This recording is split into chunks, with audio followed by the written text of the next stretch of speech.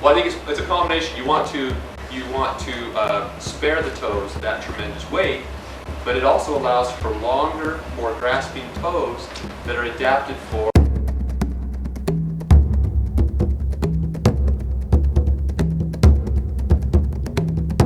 Please support this channel by subscribing and leaving comments.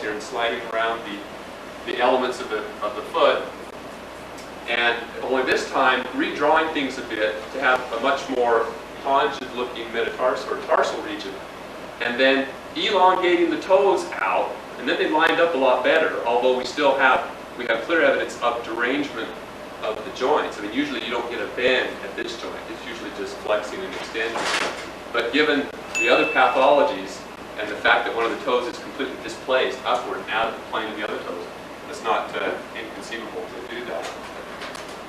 Okay, and then so we come up with something that looks like this. The back half of the foot is essentially as Grover reconstructed it, but the front half is quite different. Now, how do we allow for that? Well, if we elongate the toes, well, here, just getting ahead of myself. If we elongate the toes, have we got them too long? Are we getting into something like a gorilla or chimp? Here is a table from White and Sua in their analysis of the Australopithecine trackway and reconstruction of its foot. And they've got here, these are the values, these are the proportions of the third toe to the rest of the foot. And if you look at, here's orangutans, they have really long toes, 76%. Get down to gorillas that are more terrestrial, 48%. Then we have the Australopithecus afarensis, 35%. Homo sapiens, 24%. My reconstruction of the toe length gives a value of between 31 and 32%. So they're still shorter than an Australopithecine toe, but longer than a human toe, relatively. Well, how do we accommodate those long toes then? We said that if you've got a lot of weight and you're pushing off on long curved toes, you're going to have excessive bending stresses. Well, does Bigfoot push off with its toes? Humans, when they walk, remember they've got this rigid arch, so as soon as the heel comes off, the weight's immediately transferred down to the ball of the foot, to the metatarsal phalangeal joint, and then it's onto the toes. And when we stride, our swing foot goes way out ahead here, and so weight is completely up over the toes before our lead foot touches down. So if we look at the ground reaction force, or the vertical pressure that's being applied right at the point of contact in a human foot through the step cycle. So we're looking at the dark colored leg here. This is the support leg in what's called stance phase, in contact with the ground. The pressure increases and increases, and then the maximum is right there at toe off. So the most weight, the most pressure occurs just as the foot is pressing off with the toes. So we have to have short toes. We have to have the shortest toes of all terrestrial primates. What about an arboreal, or here this is the case of an arboreal quadruped, which isn't that much different in the transmittal of weight from the terrestrial quadruped. But when you're a quadruped, first of all, you're distributing weight between forelimbs instead of two. Not only that, but as soon as weight starts to come onto the toes, or anywhere near the toes, the center of gravity has already shifted way over to the other feet, the right hind and forefoot. So see, at this point where the foot is up on the metatarsal phalangeal joints, there's hardly any weight on it at all. So if we do the same kind of force plate treatment, now this is a little harder to see, but again, what we're looking at is the hatched area. We're going to concentrate on just the vertical force, how much weight is being implanted or transmitted. So we're looking at this curve. So this curve is comparable to the curve we looked at for the human. Now notice what happens though. We have a peak here early on, but that's way back over the heel, and then the midfoot. But then when we get down to where weight is over the forefoot and the toes, it drops off and drops off and drops off because weight's already been transmitted onto the other limbs. Well, how does a Sasquatch walk? What does every witness say that really is observant? They walk with a bent knee gait. If you walk with a bent knee gait, your foot comes down well before you come up onto your toes, unless you're really striding out. Okay? And if you look at the Patterson film, and I've been talking to Renee about this, there are, on the Patterson film, at the beginning, there are a good 3 or 4 footfalls of Patty that show this dynamic very clearly. Her heel comes off, and as her heel comes off of the support face, before weight is even transmitted to the forefoot, the other foot is already stepping down. She never completely toes off, at least when she's on the flat there. When she really takes off, as you saw, there were a couple of tracks that the toes did curl in more. But very frequently, and this was evident on the Blue Creek Mountain Trackway, the fourth and fifth toes didn't even leave an impression in many instances. They were up in the air. They weren't in contact with the ground. So, unless there's a need because of the inclination or softness of it or something, the toes seem to be not functioning in a toe-off fashion quite like they are in the human foot. Is this because of the tremendous weight of the subjects? Well, I think it's a combination. You want to spare the toes that tremendous weight, but it also allows for longer, more grasping toes that are adapted for an environment that's very broken. It's up and down for climbing, for cluttering over logs and over rocks and everything, whereas the hominid lineage evolved primarily in first a woodland mosaic, but eventually they were striking out into open territory and running. And that's a different adaptation altogether. They're not so worried about clambering and climbing as much, and so there was no pressure to maintain a longer, more grasping toe. So, yeah. You said the placement of the ankle on the Bigfoot is placed further ahead on the foot. Wouldn't that create a kind of a rocking motion as he's walking, and that's why the bent knee would kind of enhance that movement? Kind of like not that it would enhance it necessarily, but it would actually dampen it. So one of the ways to conserve energy is to minimize the amount of vertical translation in the center of gravity, which is why we evolved the knee. It's much more energy efficient to be able to bend your knee as you're walking than it is to walk with real stiff legs and bounce up and down on your ankles. Just notice someone who walks that has a stiff knee, that has a deranged knee, and they're up and they're over each time, and that loses a lot of energy. By bending the waist, even with that rocking motion as you're talking, because of the long calcaneus, you would get a more efficient gait out of it. Okay, now, as Renee has said over and over again, the true test then has got to be the Bluff Creek footprint. It's got to be the Patterson footprint. So let's look at the anatomy. Here's a skeletal reconstruction of the Patterson track. And see, notice this? See, I am Leonardo da Vinci. Anyway, okay, I just had to put that in there. All right, I just flipped the slide over because it was traced onto a drawing that was inverted to show a track rather than the cast itself. But in any case, if we use, by comparing the pressure ridges we saw on numerous tracks from the Bluff Creek film side, the transverse tarsal joint is right there. It's at the 42%. Okay, and that seems to be consistent. I'm finding example after example where that value pops up. That range of values. All right.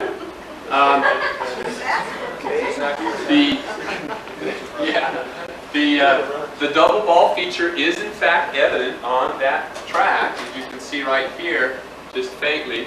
It's not nearly as prominent as in the 15-inch track and some of the other, the original 16-inch, but it's there.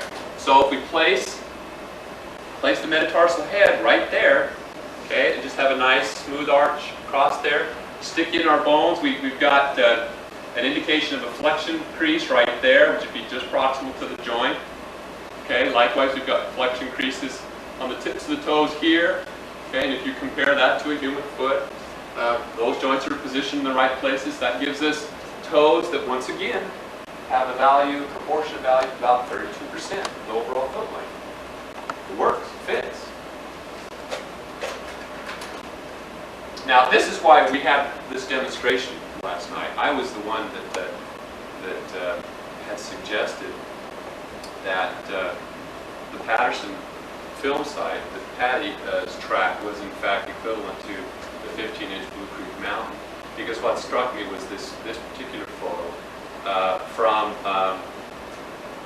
John's book cover, which it struck me as being very similar. And in fact, when I traced it out and traced out the cast and overlaid them, you can see that there is a striking similarity.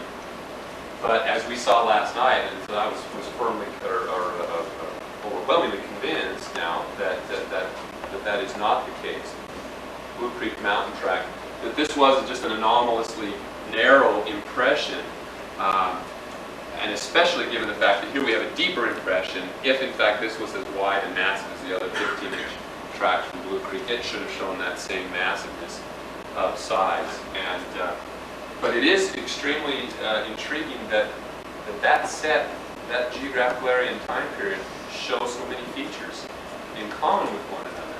And it really does suggest, as some of us have discussed, some inbreeding or some localized traits in this particular population. Okay. There is, however, evidence that the Blue Creek Mountain 15-inch track has been seen on other occasions. And although this photograph has reaped some ill will because of some inaccurate statements regarding it, it clearly is, in fact, does appear to be the 15-inch from Blue Creek Mountain, seen it separated by quite a number of years of time. Okay, now, let's see. Okay, are you still with me? Barely. All right. Fake footprints. When we were down at the Redwoods site, we stopped in at John Thompson's Trees of Mystery. And he has his little shrine to Bigfoot in the corner of his curio shop, his gift shop. And situated... Oh, come on, let's see. Sorry. There it is. Situated right in the center stage is this cast. And I looked at that and I thought, gee, that looks kind of interesting. Now that looks like a typical Bluff Creek track. And I talked to him a little bit about it. He said, oh yes, Daryl Owen cast this, a Caltrans worker in 1992, January 18, 1992, sighted Sasquatch. Daryl rushed to the scene and he came back with this cast. I thought, well, this is interesting. And as I looked at that longer, I thought, no, I've got a cast at home that's a copy of Roger Patterson's 1964 track. The Northwest Research Association is selling in Ronaldson. I said, that looks a lot like that. Is it possible that this same individual has been around for 30 years, or somebody closely related? And he wasn't too keen on lending it to me right off the bat. And so I took some photos, and when I compared the photos, they're identical. They're not the same foot, not only the same foot, they're the same cast. So we started digging and digging. I started digging and digging. And they started turning up in other places. Dr. Sterling Bennell, who analyzed some hair samples, gave a very positive hair samples and fecal samples that Daryl had collected, and gave a very positive report. Also had a cast that Daryl left with him, stating that this was something that he had made recently, at least giving the impression that it was a cast of a track he had discovered recently. This again is clearly a copy.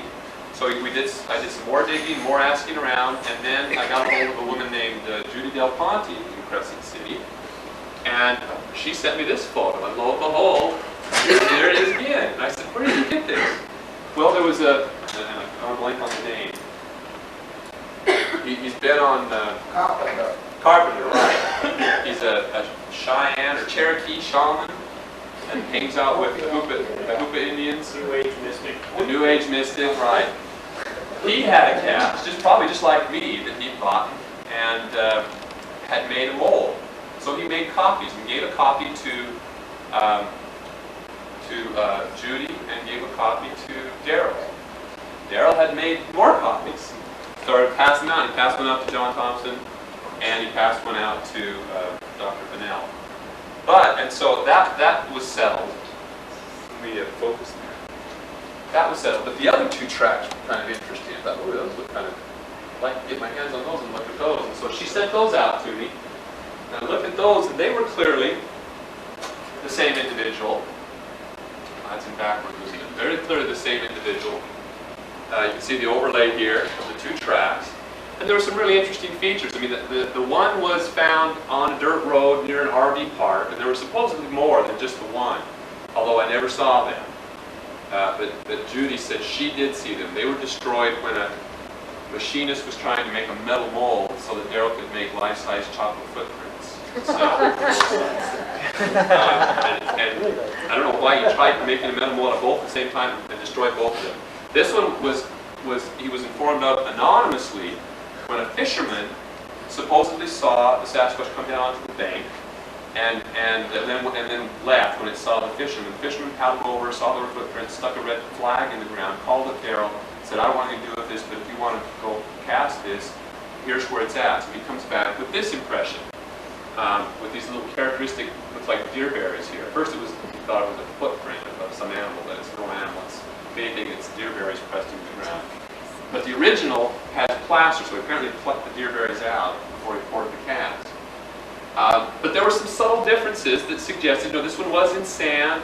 It was, as you can see, it was a little more supinated, so that the heel deviated to the medial side a little more, and whereas the one on the hard surface was a little more pronated, a little more rocked this way, so that the axis of the foot was a little straighter. I was really, really compelled and intrigued by it. I thought this was really neat. These were two independent discoveries by different people of the same individual, separated by about 3 months' time. Well then, thanks to the internet, I had put out a little message asking, posing the same question. Is anyone aware of the same individual appearing over and over again? And someone said, well, I bought a track from Al Hodgson, and it looks an awful lot like the Patterson footprint, the Bluff Creek 67 footprint. And so he sent me a Xerox of it. In fact, let's go back. Go back to this one. So you probably, I don't know, see if this is going to work. I'll hold it up here. Yeah, that'll work. He sent me this Xerox, and then ultimately sent me the cast. And it's a dead ringer, although this is reversed. These tracks are actually, the slide is backwards. It's a dead ringer. I mean, down to details like the little divot here and here, match up the divot here and here. There's a cauliflower blemish, matches the cauliflower blemish. There's a divot in the big toe that matches the divot in the big toe. You can see there and there. The only thing he's done is he's widened out the track, the cast on this side over here and along here. But you can even see his fingerprints. You notice right here's the palm. This was the one thing that bothered me. I thought, oh, here's a track that I'm pretty confident about. It seems to be credible, and yet it doesn't show the anatomy that Grover Krantz has described. Because it has this very prominent ball way up here, not back here, but way up here. But then, as I looked, the first time I looked at it, I thought, it looks just like the palm of someone's hand stuck in the sand, and these look like fingers. And what has happened is, this is the copy of the original, or the copy of the copy of the copy of the copy that Al sold him. Oh, I called him Al Hodgson. Do you know Daryl Lund? Oh yeah, he came up for a visit. Did you sell him a cast? Oh no, I gave him one. Well, when was it? Well, it said Willow Creek 1963 with my signature on the back. So this is the copy of that one. He probably then made a thin latex mold of this one, went out to the sandbar, and then with the latex mold, you can just press down into the sand with the mold. Okay, and then carefully pull that out, or you can just leave it in place and pour another mold once you stuck it in the sand. But what he probably did is he pushed it into the sand and then lifted it out, and then carefully doctored up the toes, enlarged the heel a little more, and then poured it. But what he didn't realize is he was pressing in with his hand. Even though the latex would rebound up, he was leaving the impressions of his hand and fingers in the sand. And when he pulled it out, he must not have noticed it as he was pouring the plaster back in. Now, this is all supposition on my part, but this is, there's no question that he had this cast before these appeared. And that this one, at least, is a dead copy of this one, with just a few minor deviations. And this one is then obviously lifted off of that one. Okay. Do I have time to go through this, Dan? Sure. Okay. All right, now then we come to, back to wall-to-wall. Yep. Okay. Now once again, I know all the goings on. I know all, and I acknowledge that there's there's certainly shenanigans going on there, but there are still a few pieces of evidence that have not been accounted for to my satisfaction, and that's all I'm asking for. Is that I think that even the most diehard fakers may have had or may have a legitimate find. It's the cry wolf syndrome. I had gone up to with my brother. We drove up from Boise to Walla Walla, or to Pullman, to visit Grover Krantz, to take a look at. I was puzzling with the Bosberg track, and I wanted a copy of that. Plus, I wanted a chance to look at his cast collection. He was the closest to my neck of the woods at that point. So we drove up there, we visited with him, so on and so on. We came on the way back. The weather was so bad in the call, we decided, well, why don't we go down through Walla Walla? We'll just pick up the highway below Walla Walla. It's a straighter shot to Boise. And while we're there, we can stop and visit Paul Freeman. Now, I began corresponding a little bit with Vance Orchard, because when we came back from the Redwoods video, Richard Greenwald had asked me to write a review of Vance's little booklet, Bigfoot and the Blues. And I had read through it, and it was interesting. There were, in any case, rather than just simply write a review of the book itself, I thought, well, I want to get a little more background of what's going on, a little more about the characters. So I had started corresponding with Vance, and he sent me a number of clippings and names and addresses of one of these various people. And so I got in touch with Wes. I got in touch with Paul. So on our way down to Walla Walla, we had called ahead and got a hold of Wes, and Wes was expecting us. Hadn't reached Paul. I had talked to Paul earlier. He was expecting me to come out for a visit during spring break. It was 3 weeks off. So after we visited with Wes and heard some tall tales and saw some interesting things, including that one track that I still think is really quite interesting, which does, by the way, show dramatic liftings. Both tracks show dramatic liftings, the one that Paul gave me and the one that Wes gave me. And there are areas of overlap between the two tracks.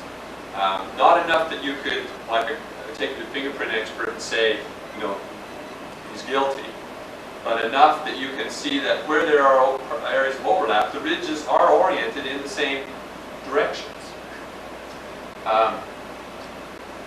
We went from Wes's house. I called up Paul and said, "Hey, guess where I am?" He says, "Well, let's see, you live in Pocatello, don't you?" I said, "Well, yeah, but I'm in Walla Walla." He says, "Oh, you are? Well, come on over." It was on a Sunday morning.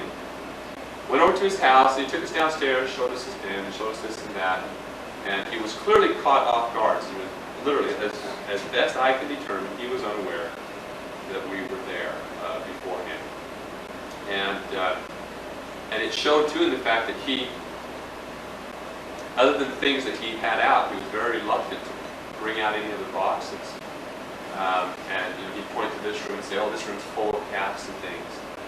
But I can't take you in there right now." So he took me into the den, and we looked at his video, and we looked at this, and we looked at his funny handprints, and the twisted branches, and he opened up triple bag wad of plastic bag wad of hair, so we did a good look at that, and so on and so on. And then I started pressing him on the issue of tracks. I said, "Look, I'm interested in tracks. I want to see the same individual seen over and over again. I want to see a series of casts from the same trackway that illustrate dynamics of the foot, joint mobility, toe position, variation. And he said, oh, I've got all that, I've got all that. He said, but it's in my storage unit downtown. It would take too long. You wouldn't have time to go down there. And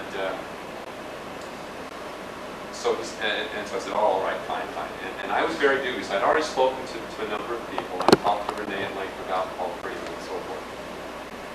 And so I was very skeptical about the whole thing, but I wanted to check it out. I wanted to give it a chance.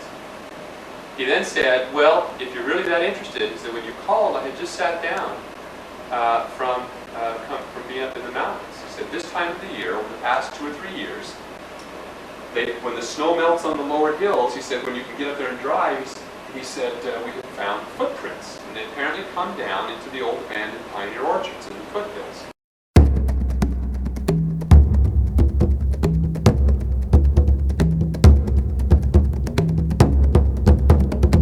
If you're enjoying all this rare and unique content, please show your support by subscribing and leaving comments.